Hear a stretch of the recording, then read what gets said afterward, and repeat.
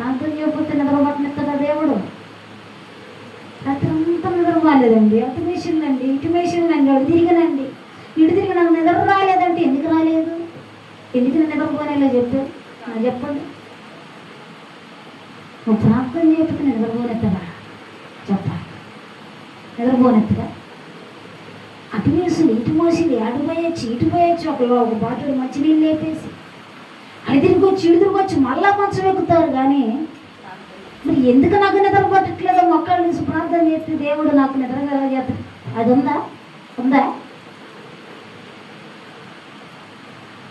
ఏం చేస్తున్నాడు దేవుడు? నువ్వు ప్రార్థన చేయాలని చెప్పి నేను లేపుతూనే ఉంటాడట. నీకు కన్నులకు నిద్ర రానియడట. ఏదో భయంకరమైన శ్రమ నీ మీదకి రాబోతుంటే ఆ శ్రమ నుంచి నిన్ను తప్పించుటకు నిన్ను ప్రార్థన చేపిస్తాడట. లే, ఒక మరణం నీ ఇంటి మీద పరిపాలన చేస్తుంది. లే, ప్రార్థన చేయి. నువ్వు ప్రార్థన చేస్తే ఆ మరణం నుంచి తప్పిస్తున్నాడు దేవుడు. ఆ కీడులో నిన్ను పడనీయడు, ఆ శోధనలో నిన్ను పడనీయడు. ఏం చేయాలి? ఎప్పుడు మెలకు వస్తే అప్పుడు మొక్కలేసి ప్రార్థించాలి. నువ్వు నైట్ పడుకొని 7ంటికి మళ్ళీ ఉదయం 7ంటికి లేచిన అనుకో, భయంకరమైన శోధనలు వస్తాయి, భయంకరమైన కష్టాలు వస్తాయి, భయంకరమైన ఆపద వచ్చి పడిపోద్ది. అది ఎటు నుంచి శోధన వచ్చిందో తెలియదు. అందుకే దేవుడు ఒక మాట అన్నాడు బైబిల్లో, శిష్యులతో అంటాడు, శోధనలో ప్రవేశించుకున్నట్టు మెలకు కలిగి ప్రార్థన చేయండి. ప్రపంచంలో ఏది విలువైన మాట తెలుసా?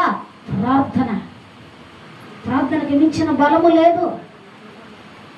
ఎన్నో వాక్యాలు బోధించవచ్చు, ఎన్నో పాటలు పాడవచ్చు, ఎన్నో ఎన్నో ఎన్నో ఎన్నో ఎన్నో ప్రయాసలు పడవచ్చు. కానీ అన్నింట్లో విలువైన మాట ఏందో తెలుసా?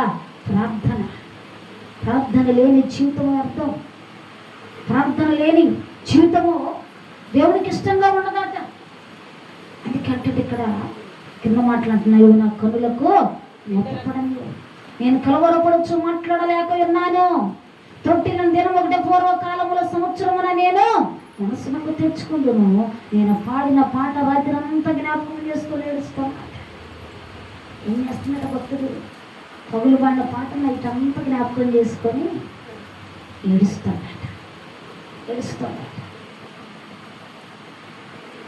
పాటున్నారా? పోయిన నెలలో విడుదలైన పాట టీవీలో కూడా వస్తుంది, కలవరి ఛానల్లో వస్తుంది. ఉదయం 8ంటికి వచ్చింది, వారం నుంచి వస్తుంది పాట. ఈ రోజుకి 6 రోజులు, 6 రోజులకి ఎంతమంది చూసారో తెలుసా?